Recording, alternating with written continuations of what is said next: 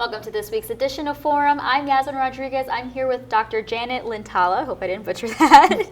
Janet holds a lot of positions. We're going to get into it. First of all, Janet, thank you so much for coming. Thanks for having me. Let's talk about your doctor, being a doctor, at the health center at Autism Health. Okay, I started Autism Health just to reach out and share the knowledge that I had been learning to help my own children. And didn't mean to have a big practice. I just was trying to get it out of my house. And within 6 months, I had to hire an office manager. And that was over 10 years ago. And now we're seeing patients from 20 states. Wow. They come to little old Beckley. Wow. And how long has it, you said 10 years now, but when did you know you wanted to get into this? Well, I got into it without meaning to get into it. The night I brought my baby home from the hospital, I did not know it, but I was already an autism mother. And I didn't know that for 7 more years. But I was unable to practice. I had just graduated from chiropractic school. I thought I had this big career coming.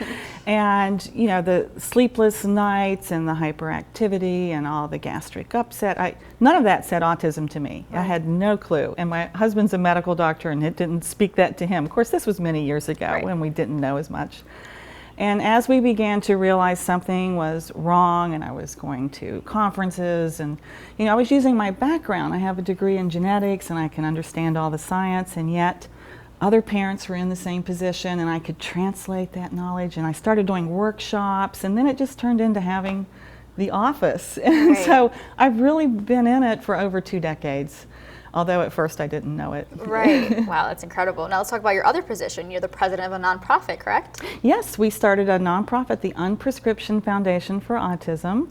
It's a 501c3 with an educational mission to share this knowledge that we have gathered over 20 years, because nothing, cures. We're not trying to treat autism or right. fix it or cure it, but you can dramatically improve the level of function and the quality of life. There's Absolutely. a lot of misery on the spectrum, not because they're autistic, but because they have constipation and diarrhea and acid reflux, striking sleep problems, irritability, behavior issues that are really just due to medical issues that weren't recognized for a long time. And so we're here to help put those fires out and let children and adults have their best life. And how long have you been involved with the nonprofit? Well, our nonprofit started in 2014, so I guess 5 years already. Wow. So, yeah, and we're starting to work with larger and more national organizations, and it's growing too. So. Busy. Yes. Now let's talk about the statistics of autism. Let's start with the basic. What is autism? Well, autism is not a mental illness like they used to think. It's a neurodevelopmental disorder where they tend to struggle with recognizing social cues. Like, for example, if I were talking and you began to cross your arms and roll your eyes, I would know you were probably pretty bored. And a lot of people on the spectrum might miss that, or they miss slang cues, or just they have trouble with relationships. Many are nonverbal and can't speak, so there's trouble communicating. And a lot of people don't think it's a disorder at all. They think it's just a different way of being wired. And it's the medical issues that cause a lot of these other issues to be magnified and more difficult than they are. Now, how does autism go about being diagnosed? It's a team effort, and they're trying to develop a test for it, but really it's almost a diagnosis of exclusion, but they like to see the child or adult evaluated by a psychologist. There are some tests they can run when children are young, but not when they're adults. They often bring in a speech-language pathologist and observation, and it's quite an ordeal almost to get a diagnosis. So right. In Raleigh County, the school system has an autism team, and they can just approach the principal of their school. I think they can do that here in Fayette County too.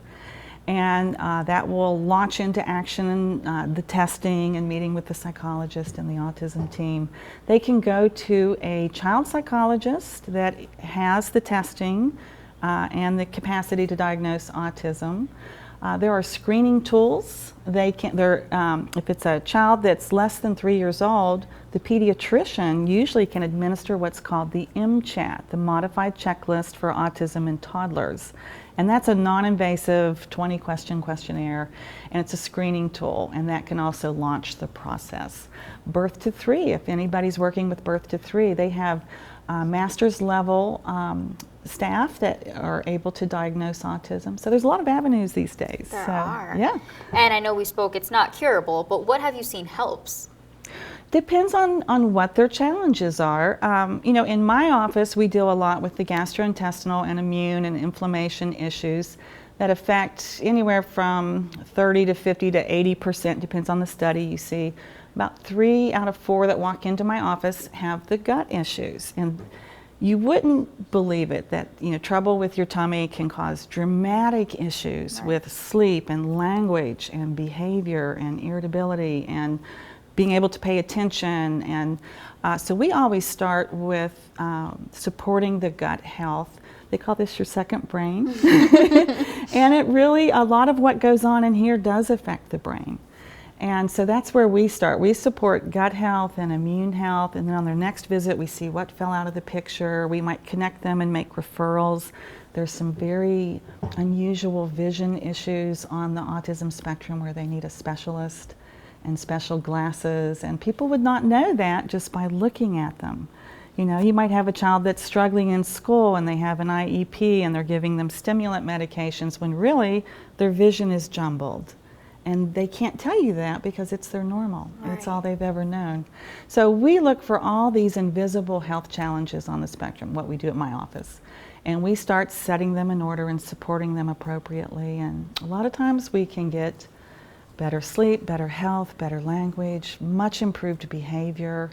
We're not against medications, right, but we think those should be saved for a little later.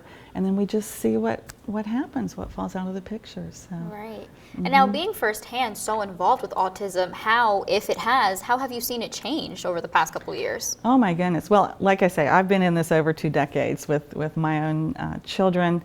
Back when my son was young and we first began realizing he was on the autism spectrum, we had what was called battle language. We were going to defeat this, fight it, wipe it out, prevent it, cure it, stamp it out. Right. It was all disaster language and battle language. And when you told people my child's been diagnosed with autism, they would actually offer their sympathies, just like you had told them someone had died or right, someone had cancer.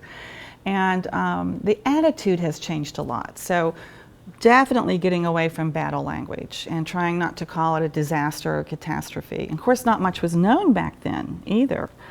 So we're seeing a much greater acceptance and awareness. And so the language is much more positive. People are much more accepted. Autistic adults don't even like to call it autism spectrum disorder. They like to use the word condition because they feel it's simply a matter of being wired differently, right, with different health issues. There's nothing wrong with being autistic. In fact, they often have great gifts. Right, absolutely. And it's a different kind of brain trust there. So I'm seeing much more knowledge, acceptance, awareness. In fact, to the point where I'm tired of autism awareness. We're all aware. Now it's time for action. We need to learn how to support their health issues so that they can be the people they're meant to be. And you made a good point talking about battle language. Do you think the stigma has changed? Not as much as it needs to. I still have parents come to my office who say, we suspect he or she is on the spectrum, but we're almost afraid to get that diagnosis and label them. Right. We don't want them to be. We have an adult autistic member on our board of directors. He drives, he's, intelligent, he does beautiful wood turnings. He's just an adult. And someone the other day referred to him as my boy. He'd come to an event with me as one of my directors on my board.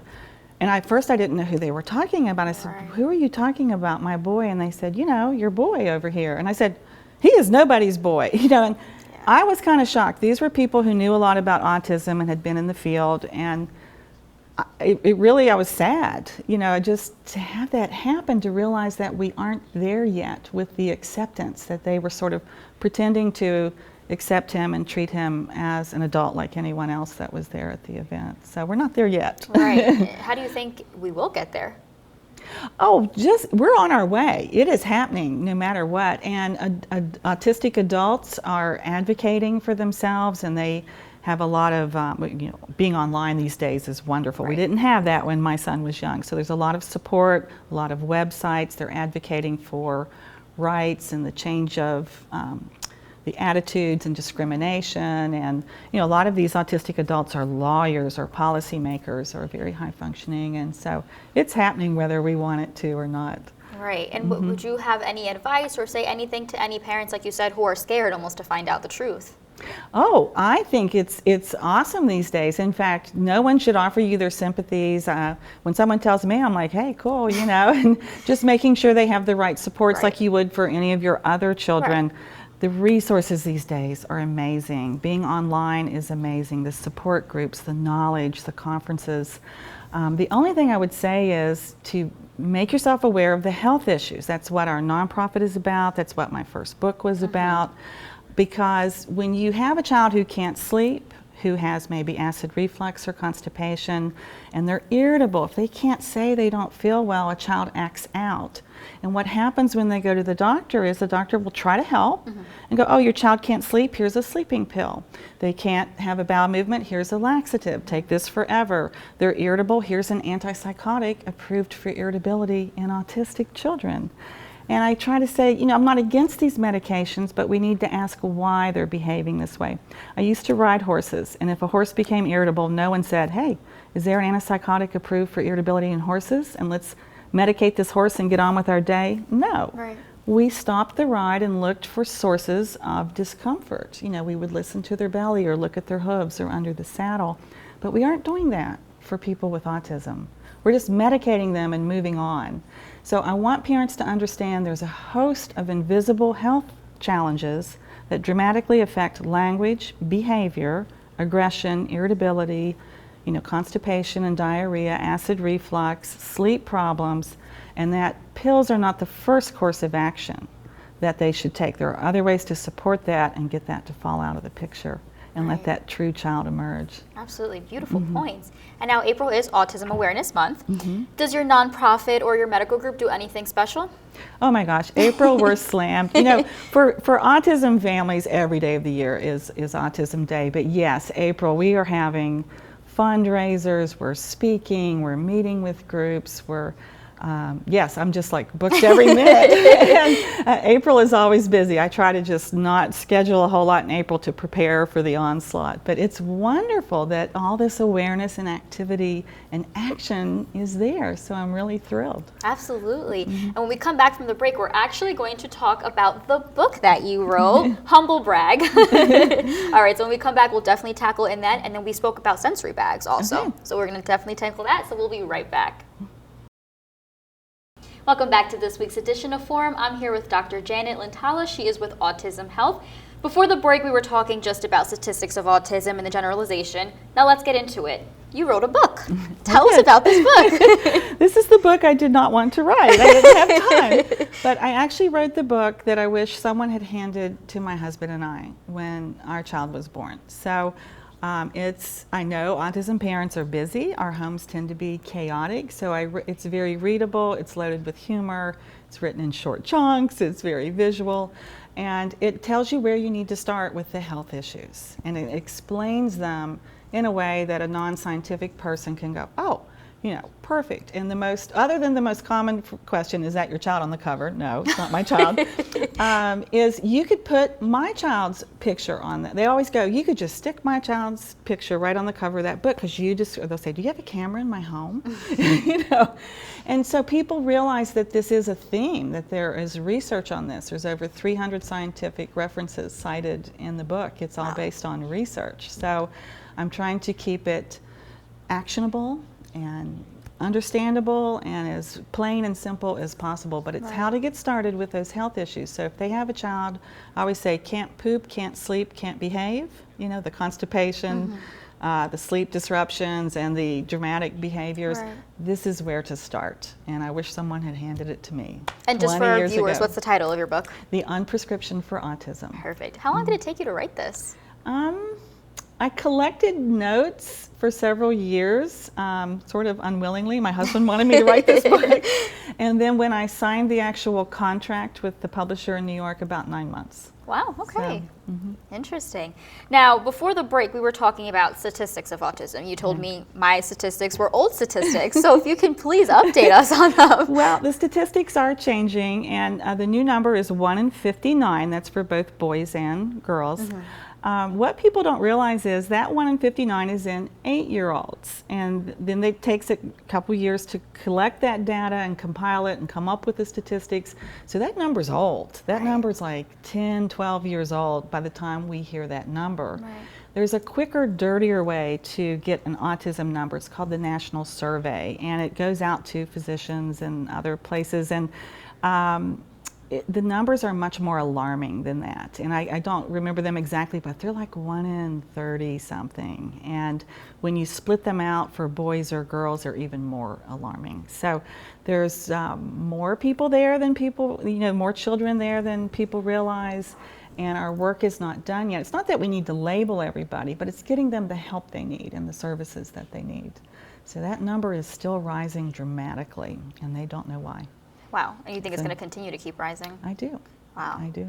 And now you mentioned the difference, boys and girls. We talked about how girls have been missing from all of these gender issues. Explain that to us. Okay, so for years and years now, we've always heard, oh, there's 4 or 5 boys for every girl that's diagnosed. And when you look at Asperger's syndrome, it was 10 boys for every girl.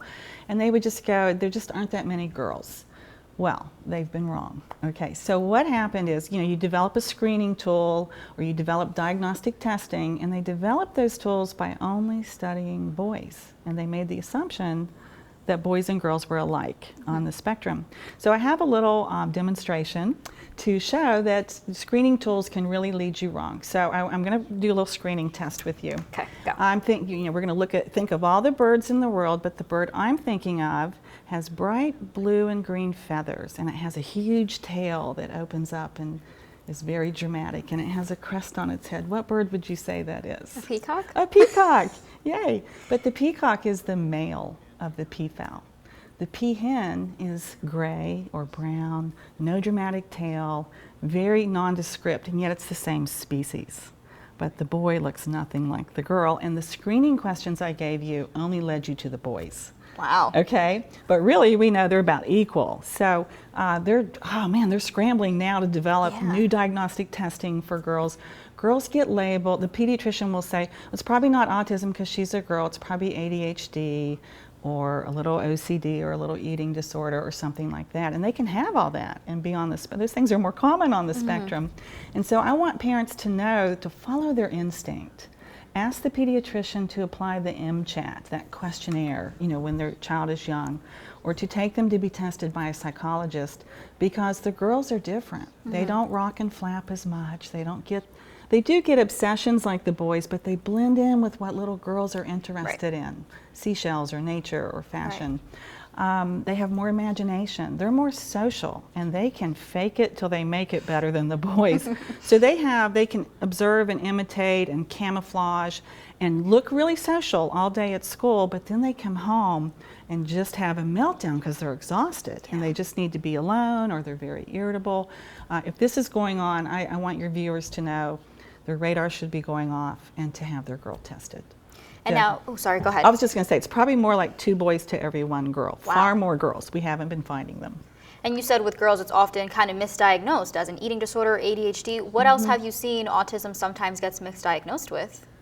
Oh, gosh, almost anything. I mean, even severe child abuse, unfortunately, can look like autism, fetal alcohol syndrome, ADHD, hyperactivity. People with autism have a lot more anxiety, depression, mood disorders, tic disorders. You might see Tourette syndrome. They have more OCD, more of everything. So people see these little pieces, and that's what they get diagnosed with, and they don't see the whole picture of autism. Wow. So. And so you have a sensory bag over there in your corner I've been do. eyeing. I want you to talk about this. That is incredible. This is a new trend. So I love seeing on social media, it's in larger venues. And so sports arenas or big museums in large cities or aquariums, the World Jamboree, we've been meeting with those folks, camping, things where it can be chaotic and overwhelming for people on the spectrum. And they're going to put things in this bag for the day for them that can help them cope with the sensory overload, because people with autism have a lot. So this can help reduce a lot of the noise and take that out. We have a stress ball, the fidget spinner, it's silent, so they can kind of stay busy, and it reduces anxiety without disturbing others. The sensory brush is very calming. It can even be done over clothing. But for a lot of people on the spectrum, that's just instant calming. And so if you have a child with you at a big noisy venue, you can reach in and do this. We have a little comfort, animal. And this one's interesting. They're often sensitive to light. And so these are, and some of the bags at these places will have actual sunglasses, but this is the kind you can unroll and just put on, just for right there, and they're lightweight and tend not to bother them. It depends. If it's a warm or hot outdoor place, you can put the misting bottles with the little fan, the battery operated fan to keep them cool. They just don't do well with all the sensory overload at big places. So fireworks or a concert, a noisy restaurant, So our nonprofit is developing these for disaster shelters. We've had a big organization reach out because when people have to go to a big chaotic place after a flood or a hurricane, and you have people with sensory issues or autism, they tend to just stick them all in one room, which is probably the worst thing you can do. And they don't know what to do with them. So we're working on developing this bag. And I just think it's the coolest thing that people can get these at these big venues now. That is. And what are some of the big venues? I know you named a few. Sports arenas. Okay. I have a family, probably right there right now is at the Atlanta Aquarium. And they said, oh, we're going to check out their sensory bag at the concierge desk. And I said, here, we're beta testing these. I said, I want you to compare these and tell us what you think of each item or what you wish had been in each other's bag. And we want to make these bags useful and things. So really museums and the baseball games and, like I say, the camping for the scouts. And I'm not saying they're using these yet, but we're in talks with them to make them available if scouts get overwhelmed. And how would families go about obtaining one? Well, they can contact us. We're developing these to make available. So our website is loveautismhealth.com, and our phone number is 304-255-2550. And they can just reach out there, and we'll try to get them one. Now, I know viewers may be questioning why certain things relate to people with autism on the spectrum. Explain to us why something like a fidget spinner would be so beneficial to them. They tend to be, some people are sensory avoiders, and they just their brain cannot deal with all the incoming sensory information. And some people are sensory seekers, so they're constantly seeking movement or touching things, and they can't keep their hands off things. And in school, this can be a problem when you have a student who finds it difficult to sit still. If you make him or her sit still, they don't have the energy to listen and learn. So we want to let them move. It's called active learning, and we want to accommodate that energy that needs to be let out, not suppress it, not drug it down or say sit still or get mad at them. And so this is silent, and they can keep busy with this. This would be a silent fidget that they could. Some kids like to chew, so some of these kits will have you seen the rubber jewelry? I don't know that it's made out of rubber, but it's soft and it's and they can chew on that. I've had parents tell me, well, my child would chew on this, and so their bag would have a chewing item that's appropriate and wouldn't become a choking item. But they need that sensory input. They need to stay busy, and that helps them listen. So teachers need to get used to a child that needs to move. They're letting them sit on footballs now in classes, or bumpy seats, or one-legged stools. They want them to be silent, but they want to let those active learners move and let out that energy and that sensory seeking that they're looking for. So. Now, are sensory bags found in schools as well?